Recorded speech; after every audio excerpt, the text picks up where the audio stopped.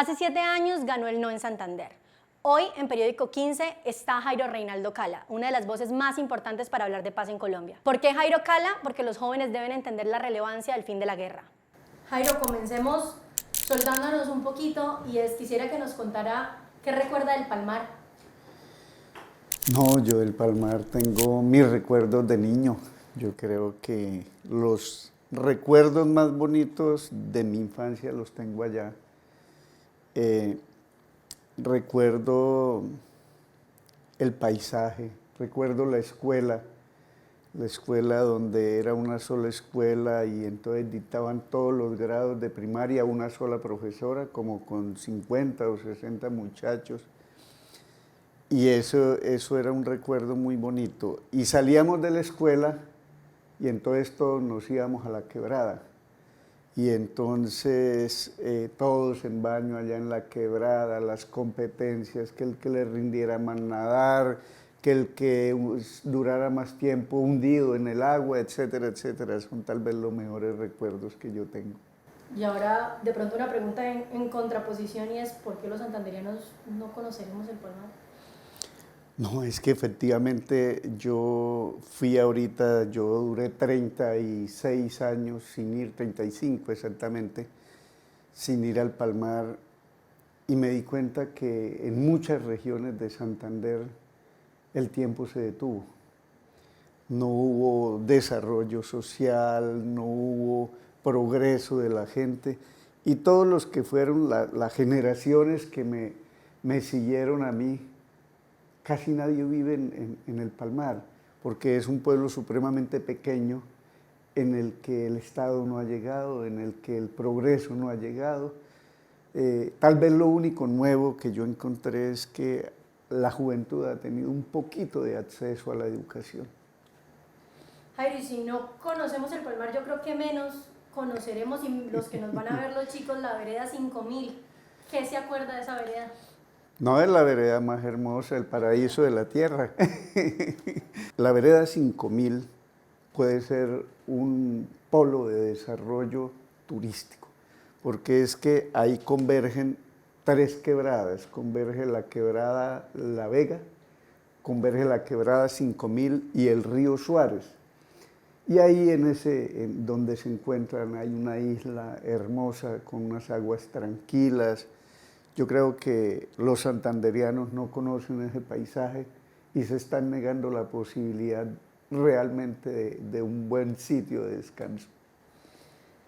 Jairo, si mal no recuerdo, sus hermanos no estuvieron muy de acuerdo cuando ese Jairo de aquel entonces de 15 años les comentó que quería hacer parte de un grupo que se llamaba las FARC y hacer parte de lo que luego desembocó pues, la guerra en Colombia. Jairo, ¿qué costo familiar le tuvo a usted esa decisión? ¿Y es Jairo un hombre de familia?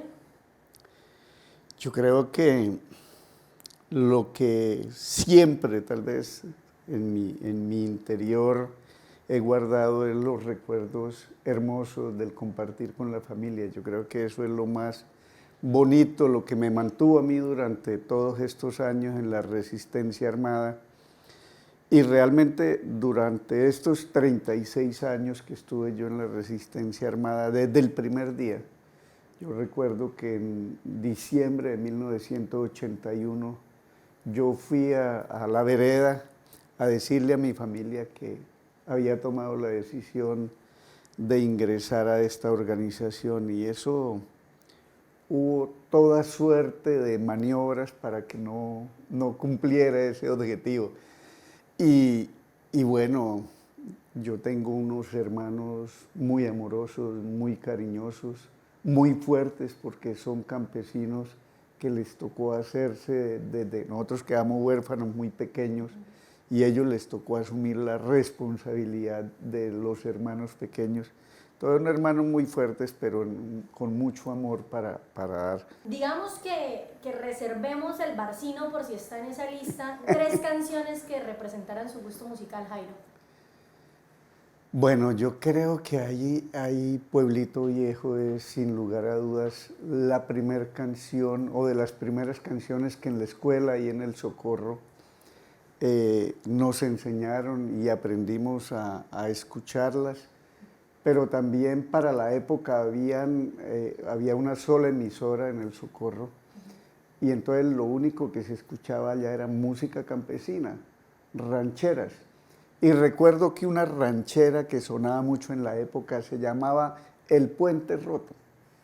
Y entonces eso me traía a mí los recuerdos, porque es que ahí en la vereda había un puente que llegó una avalancha y se lo llevó. Entonces yo relacionaba la canción con el accidente que había ocurrido ahí. Jairo, y si tuviera que pedirle 3 personas, 3 seres humanos que lo inspiraron o que lo inspiran todavía. No, yo creo que el sacrificio de mi madre, la entrega. Mi madre fue una mujer campesina, neta, que le tocó, luego que quedamos huérfanos de padre, sacarnos adelante. Una enfermedad muy compleja, le arrebató la vida, pero en esos pocos años que la alcancé a conocer, yo creo que ella es mi heroína, y yo creo que esa sería la primer persona que yo querría que volviera. Y bueno, están mi padre también. Tengo muy vagos recuerdos de él, pero también alcanzo a recordarlo. Y bueno, en la guerra ya sí hay muchas personas que se fueron y que uno no hubiese querido que eso hubiera ocurrido, y que me gustaría que todas ellas estuvieran viviendo esta realidad. Jairo, me gustaría que rememoráramos 2 fechas, empezando por el 2 de octubre de 2016. ¿Dónde estaba Jairo ese 2 de octubre?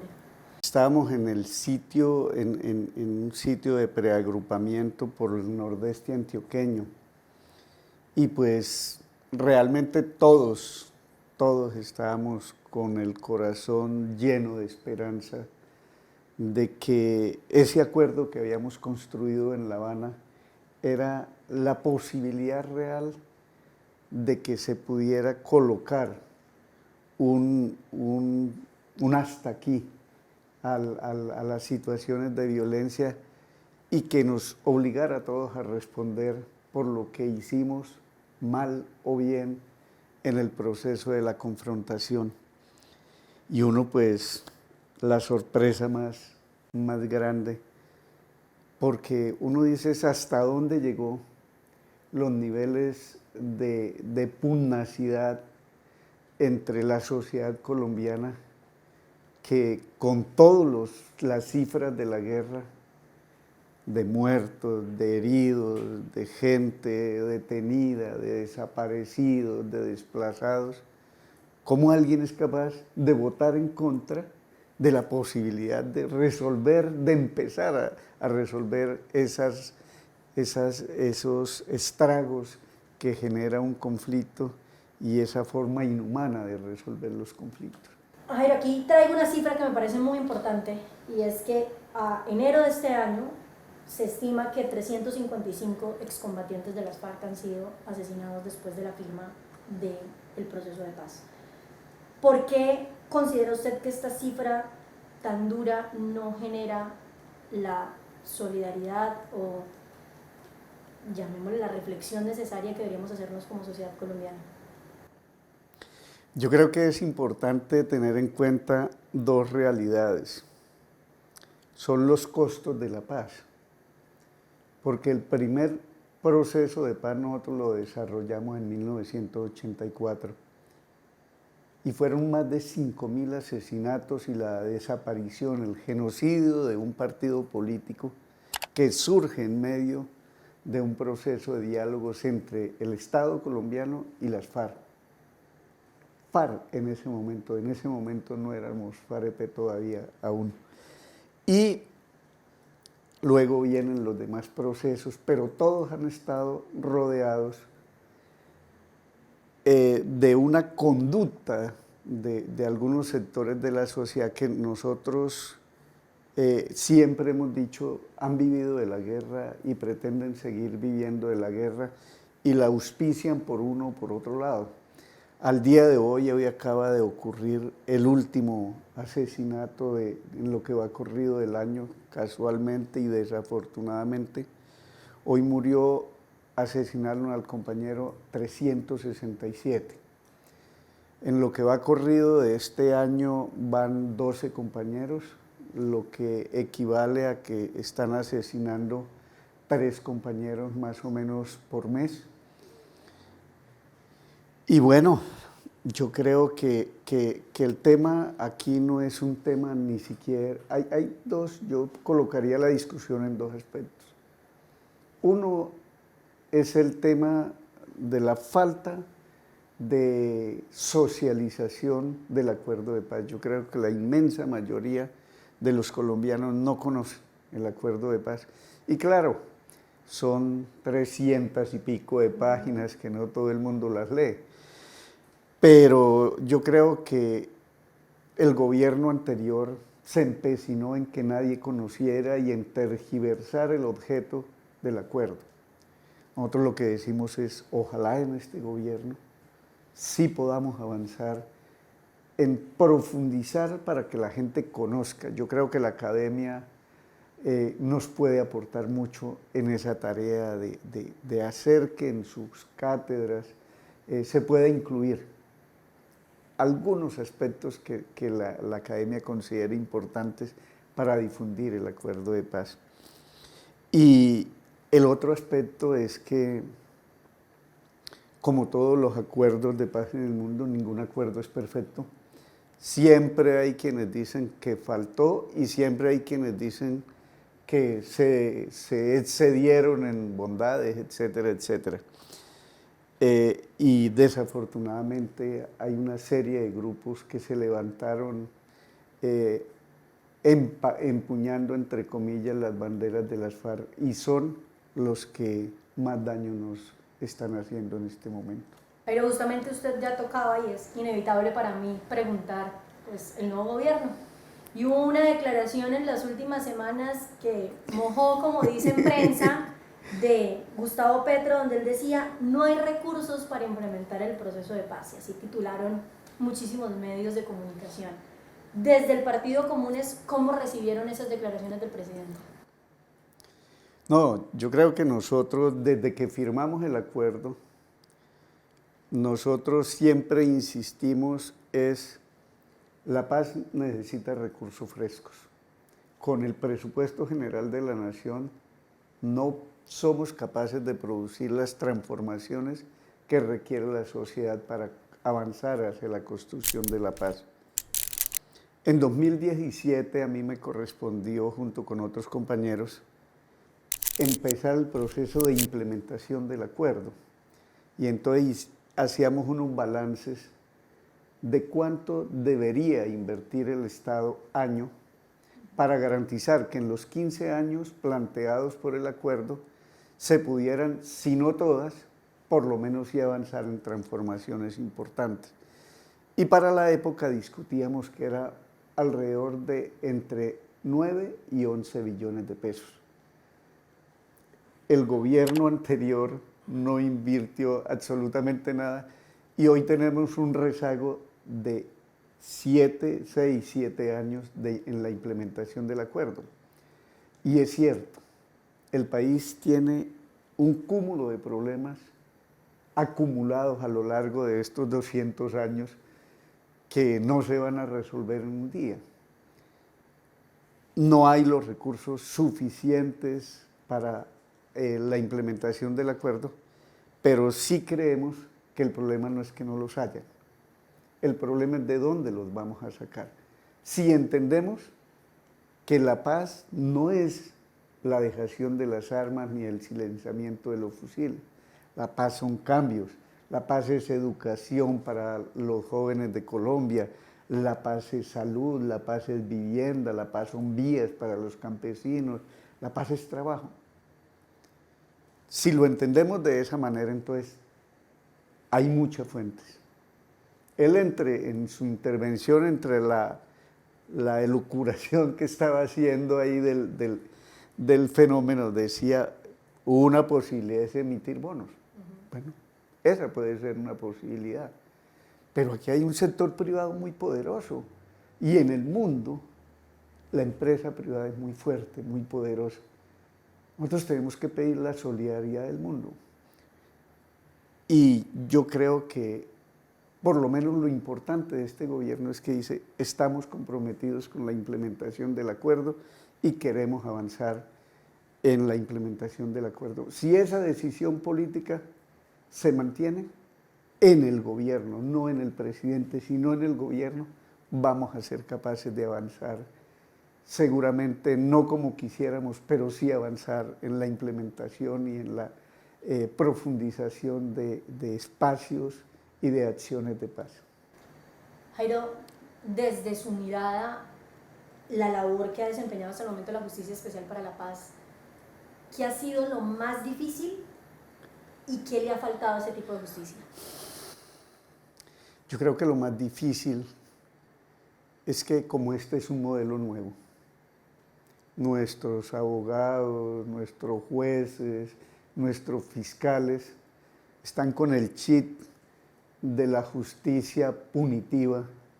Yo creo que es la dificultad más compleja y todavía hay muchos odios de magistrados, de gente que está en la Jurisdicción Especial para la Paz, que todavía cree que la solución y la única manera de demostrar que hay justicia en este acuerdo es castigándonos a nosotros. Jairo, hay quienes creen que la llegada de Gustavo Petro al poder es consecuencia del acuerdo de paz, es el tan famoso castrochavismo que sonó en campaña del plebiscito, como si no fuera normal que los países viraran de gobiernos de derecha a gobiernos de izquierda. Aquí lo atípico es justamente dar ese viraje. Me gustaría que nos contara un poquito, Jairo, cuál es la relación del Partido Comunes con el presidente de la República. Bueno, no, yo creo que el acuerdo es el que llega a Colombia a transformar la realidad de 200 años. Y eso yo creo que cualquier colombiano ponderado sabe que eso es así. Sin el acuerdo, Petro no sería presidente hoy. Sin el acuerdo, esta propuesta democrática de distintos sectores, porque expresados en Pacto Histórico, en verdes, en liberales, en conservadores, que están de acuerdo con esta propuesta de gobierno. La relación con Petro y nosotros es una relación buena, digámoslo así, normal. Nosotros apoyamos la política y el plan de gobierno de Petro porque creemos, nos sentimos interpretados en esa propuesta política y creemos que si el gobierno logra plasmar esa propuesta en acciones y en hechos concretos, este país dentro de 4 años debe ser diferente. Jairo, volviendo un poquito a usted, ¿era el Congreso el punto de llegada? ¿El fin era la política? Sí, nosotros, si usted revisa nuestro programa agrario, que fue la Carta de Navegación construida en 1964, decimos nosotros que nosotros somos la respuesta a un Estado que nos cerró las puertas por la vía dialogada, por la vía política, pero que nuestro objetivo en últimas es la política. Y nosotros elaboramos un modelo de la toma del poder mediante un levantamiento popular acompañado con la resistencia armada. Nosotros lo que nos dimos cuenta es el modelo de la lucha armada ya en este momento no es la herramienta central.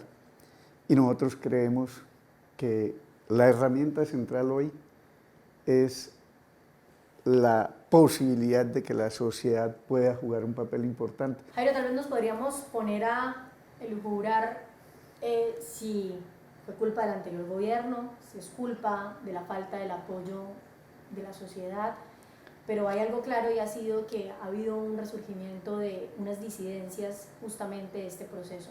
¿Usted qué le diría a esas disidencias? Yo creo que aquí hay una responsabilidad efectivamente del Estado. Este Estado no ha cumplido cabalmente con el acuerdo y partiendo de unas cosas de leguleyadas, digámoslo así. Resulta que cuando nosotros firmamos el acuerdo, el Estado dijo, y en el acuerdo está, el Estado resolverá los mecanismos de reincorporación económica de los firmantes. Cuando nosotros salimos en 2017, la Universidad Nacional hizo una caracterización de la población y esa caracterización arrojó que el 87% de la población firmante somos campesinos. Y la base para el trabajo de los campesinos es la tierra. Al día de hoy, nosotros no hemos tenido acceso efectivo a tierras. Y al gobierno anterior lo único que le interesaba era mostrar cifras. Nosotros en el marco del acuerdo dijimos nuestra reincorporación tiene que ser colectiva porque nosotros somos un colectivo que tiene más de 50 años de existir.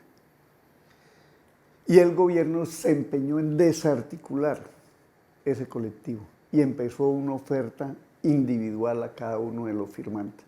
¿Eso a qué ha llevado? Eso ha llevado a que los que recibieron los 8 millones de pesos, que fue los que el gobierno se comprometió para nuestro proceso de reincorporación económica, fracasaron en los proyectos. Primero porque la cantidad de dinero es supremamente baja para ser capaz de construir una propuesta de economía familiar. Y segundo, porque no hubo acompañamiento del Estado. Y tercero, esa oferta individual llevó a que mucha gente se desesperanzara del proceso y tomara otras decisiones. Entonces, ¿qué es lo que nosotros le hemos dicho a este gobierno? Aquí lo que hay es que tomar el curso y el cauce del acuerdo. Jairo, justamente revisar la historia del conflicto en Colombia es ir más allá de las guerrillas. Y han habido dos actores muy importantes que le tienen que cumplir a la sociedad en Colombia, que es el paramilitarismo y el mismo Estado que ha estado involucrado en todo lo que ha sido el conflicto y la violencia en Colombia. Quisiera preguntarle en ese sentido, Jairo, ¿usted por qué considera que particularmente el paramilitarismo en Colombia pareciera que tuviera una mejor imagen que grupos como el que usted perteneció, como las FARC? Bueno, yo creo que la sociedad lo tiene clarito. Aquí hubo un fenómeno que se llamó la parapolítica. Es decir, muchos sectores del poder en Colombia promovieron, auspiciaron, financiaron y patrocinaron el paramilitarismo. Y yo creo que lo más relevante es las declaraciones de Mancuso antes de ayer, creo que fueron, donde dice, hombre, es que a mí me llamó el vicepresidente de la República, Francisco Santos, a decirme que en Bogotá había un desorden muy tremendo y que se vinieran ustedes y crearan aquí el bloque capital. Pero eso sucedió en muchas regiones del país. Por eso todos los políticos que patrocinaron el paramilitarismo, que auspiciaron, que legislaron para que el paramilitarismo actuara, hicieron la campaña más tenaz contra el sí en el plebiscito. Pero desescalemos para ir terminando. ¿Extraña, Jairo, algo de la vida en armas? Yo creo que sí, hay varias cosas que se extrañan, no propiamente de la actividad en armas, sino de la familia que éramos. No puedo dejar que se vaya sin hacerle esta pregunta que sé que muchos se preguntarán, y es, hay dos fenómenos que dentro de lo que sucedió en la guerra y en la violencia pues permearon a las FARC, y fue el secuestro y el narcotráfico. ¿Dudó Jairo en algún momento de seguir haciendo parte de las FARC cuando aparecen estos dos fenómenos? Bueno, yo creo que hay varios aspectos en los que uno, pues la ventaja que teníamos allí era que teníamos la posibilidad de expresar lo que pensábamos, pero lógicamente uno a veces no mira para adentro, uno siempre mira hacia afuera. Y eso lo lleva a uno a cometer errores. La práctica del secuestro, yo tuve la posibilidad de andar con dos comandantes con los que supimos ponernos de acuerdo y darle un tratamiento, pienso yo, adecuado a ese fenómeno del secuestro. Fue con Adán Izquierdo en la Sierra Nevada de Santa Marta y con Pastor Alape aquí en la región del Magdalena Medio. ¿Y por qué? Porque nosotros, yo desde 1986, cuando se empieza a romper ya el proceso de diálogo con el presidente Belisario Betancur, nosotros asumimos una práctica que era la de dialogar con la gente que poseía dineros importantes, recursos importantes. Y en ese diálogo dijimos, hombre, el Estado no es capaz de garantizar la seguridad a ustedes en el país. Entonces, venga, nosotros ayudamos a garantizarles esa seguridad y háganos un aporte. Voluntario, en la gran mayoría de los casos era voluntario. Y esa misma práctica la asumimos aquí en el Magdalena Medio. Yo llegué al Magdalena Medio nuevamente en 1993, en medio de una situación supremamente compleja de muertos, de paramilitares, de secuestros, de extorsiones, etcétera, etcétera, y nosotros paramos eso. A partir de 1993, en esta región, no hubo secuestros orientados desde la dirección. Pasaron cosas, pero eran hechos que se salían de la orientación. Ese fue un fenómeno muy complejo y yo creo que nosotros nos equivocamos cuando tomamos la decisión de que para resolver el canje de prisioneros, entonces empezáramos a secuestrar políticos con fines políticos. Yo creo que en esa postura nosotros nos equivocamos. Y bueno, el fenómeno del narcotráfico, pues nosotros, la política de las FARC fue siempre, nosotros vamos a cobrar un impuesto al comercio de los estupefacientes. Pero nosotros ni nos vamos a involucrar, ni vamos a ser traficantes, ni vamos a hacer nada de esas cosas. Jairo, con esto quisiera que termináramos y estamos en la Universidad Autónoma de Bucaramanga, una universidad privada del Oriente Colombiano, y tú mencionabas algo en la entrevista y era que los jóvenes han tenido gran incidencia en muchas de las transformaciones y cambios que ha tenido el país, pero también, y creo que no hablo solamente por mí, en el ejercicio de la docencia nos encontramos con chicos y chicas privilegiados y que dentro de ese privilegio hay mucha apatía, mucha desinformación, mucho desconocimiento de nuestra historia y por ende del conflicto y de nuestros dolores. Y en esa apatía pues hay un desinterés por entender la guerra y entender lo que ha pasado en los últimos años en Colombia. Jairo, tú como una persona que le ha apostado a la paz decididamente en los últimos años, ¿qué les dirías a esos jóvenes?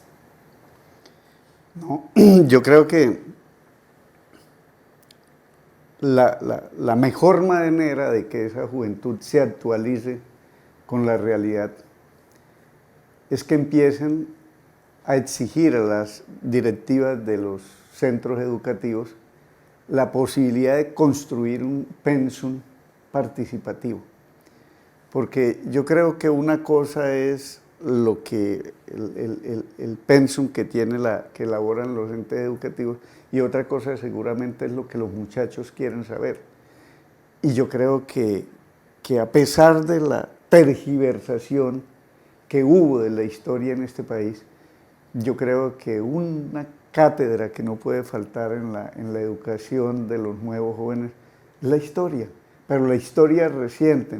Es necesario tener una perspectiva de la historia de hace 500 años, pero yo creo que tenemos que ceñirnos a la historia de los últimos 100 años para poder tener una perspectiva de cómo ha evolucionado el país y cuál es el país que debemos abocarnos a construir. Y yo creo que hay que hacer un esfuerzo, los jóvenes tienen que hacer un esfuerzo muy grande por participar, por participar. Hay una apatía contra la clase política y no es para menos. La clase política en este país se traga literalmente parte importante del presupuesto de la educación, de los distintos presupuestos. Pero en parte eso se soporta en la falta de participación de la sociedad. Cuando la sociedad toma como norma de conducta, bueno, ¿para qué voy a ir a votar? ¿Para qué voy a ir a elegir si son los mismos? Yo creo que ahí se está cometiendo el más grave error. Entonces hoy es la invitación a todos los jóvenes: participen, participen decididamente en lo que crean, en lo que consideren, en sus propias convicciones, no en lo que le diga el abuelo, el tío, el papá, la mamá, ¿no? Yo creo que todos, desde que empezamos a tener conocimiento del mundo, somos capaces de construir pensamiento propio, y yo creo que a ese es a él que hay que hacerle mucho caso. Jairo, de parte de este periódico universitario y de todos los que votamos Sí a la Paz en 2016, muchas gracias. Bueno, muchísimas gracias a la universidad, a usted, profe, por este importante diálogo. Yo creo que esto lo hago en nombre de los 10.570 hombres y mujeres que permanecemos aún convencidos de que la paz es la única salida, que el diálogo es la única salida a todos los conflictos que vive el país. Y bueno, a todos los muchachos y muchachas de esta universidad, reiterarles la invitación a que se conviertan en protagonistas del futuro de Bucaramanga y de Santander.